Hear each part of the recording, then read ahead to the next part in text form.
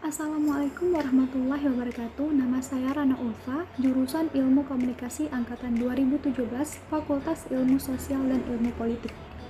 Pada kesempatan kali ini, saya akan membahas mengenai pertanyaan-pertanyaan proposal saya yang berjudul Pengaruh Instagram Ads terhadap keputusan membeli pada konsumen. Langsung saja ke pertanyaan yang pertama, apa judul penelitian yang akan dilakukan? Judul penelitian yang saya angkat berjudul Pengaruh Instagram Ads terhadap keputusan membeli pada konsumen. Pertanyaan yang kedua, kenapa Anda tertarik mengambil judul tentang ini? Ya, karena perkembangan media sosial saat ini semakin memberikan kemudahan bagi masyarakat dalam mendapatkan kebutuhan akan informasi. Salah satu media sosial yang ramai digunakan saat ini adalah Instagram. Instagram juga memiliki pengguna terbanyak. Tentu saja ini menjadikan peluang bagi para pebisnis dalam mengembangkan bisnisnya. Untuk memudahkan para pebisnis, Instagram pun meluncurkan fitur terbaru yang dinamakan Instagram Ads atau Instagram Advertising pada tahun 2013. Instagram Ads ini pun dihadirkan untuk membantu para pebisnis dalam mempromosikan dan memasarkan produk layanan mereka di Instagram. Dalam melakukan aktivitas pemasaran yang tepat pada Instagram sebagai sarana promosi, mereka, para pebisnis dapat memberikan pengaruh pada konsumen dalam menumbuhkan keputusan membeli terhadap sebuah produk yang diiklankan. Namun, konsumen seringkali mempertimbangkan keputusannya mengenai apa yang akan dibeli, apakah membeli atau tidak, kapan membeli, dan bagaimana cara membelinya, sehingga akhirnya konsumen dapat memutuskan untuk membeli sebuah produk tersebut.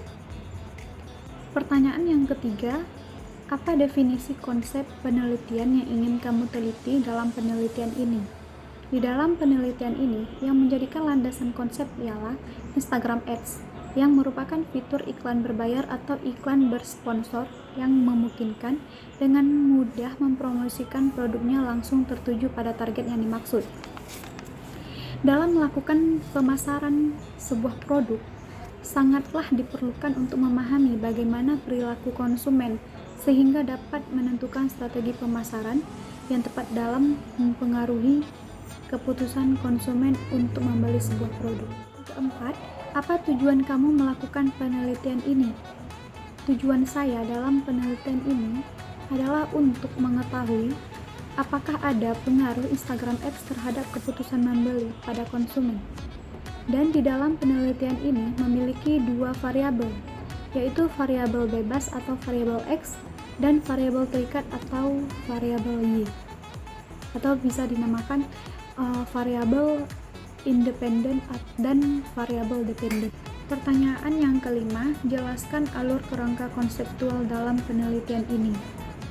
Di dalam kerangka konseptual ini dijelaskan bahwa pengaruh Instagram Ads terhadap keputusan membeli pada konsumen memiliki dua jenis variabel, yaitu variabel X berupa Instagram Ads dan variabel Y berupa keputusan membeli.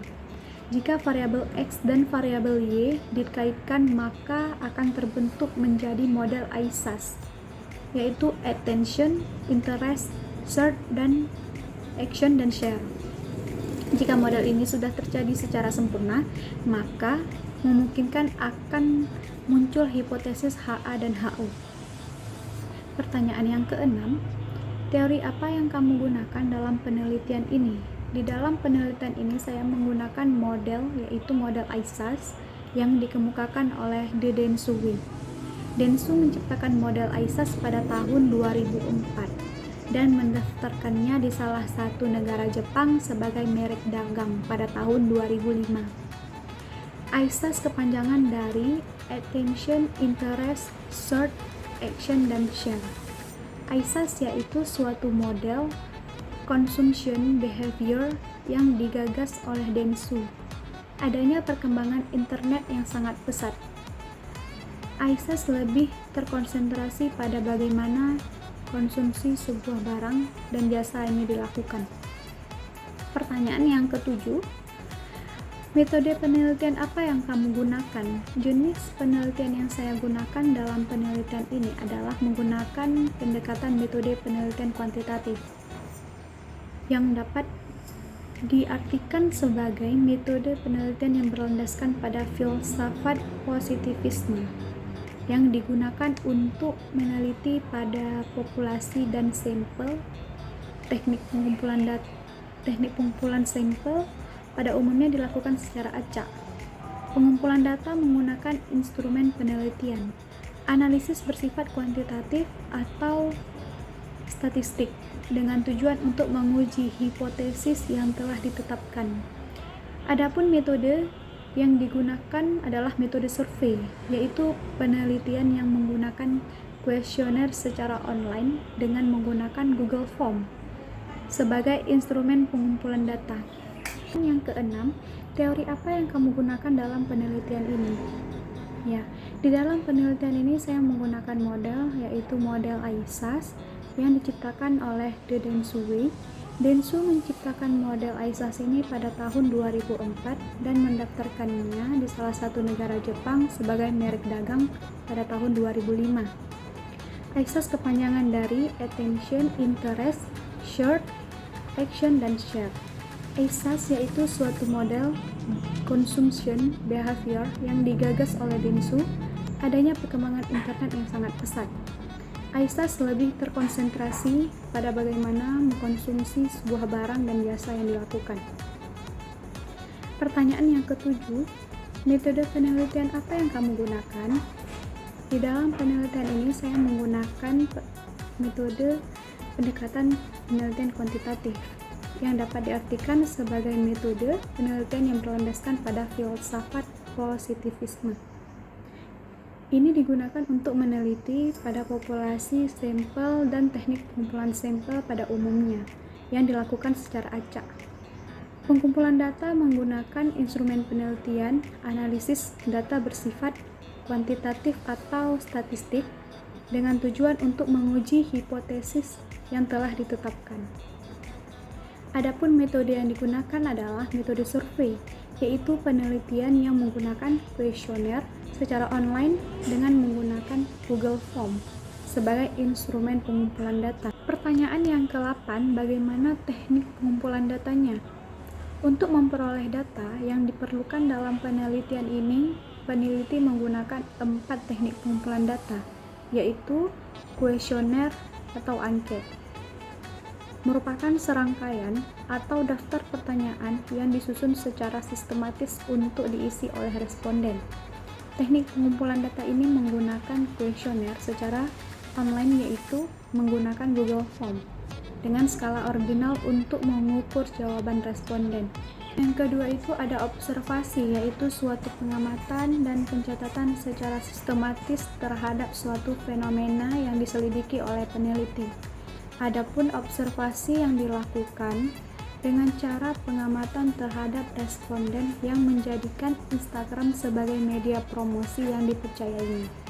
Yang ketiga ada dokumentasi, yaitu teknik pengumpulan data yang dilakukan dengan melihat dokumen-dokumen atau catatan-catatan resmi berkaitan dengan sekunder, baik laporan maupun gambar.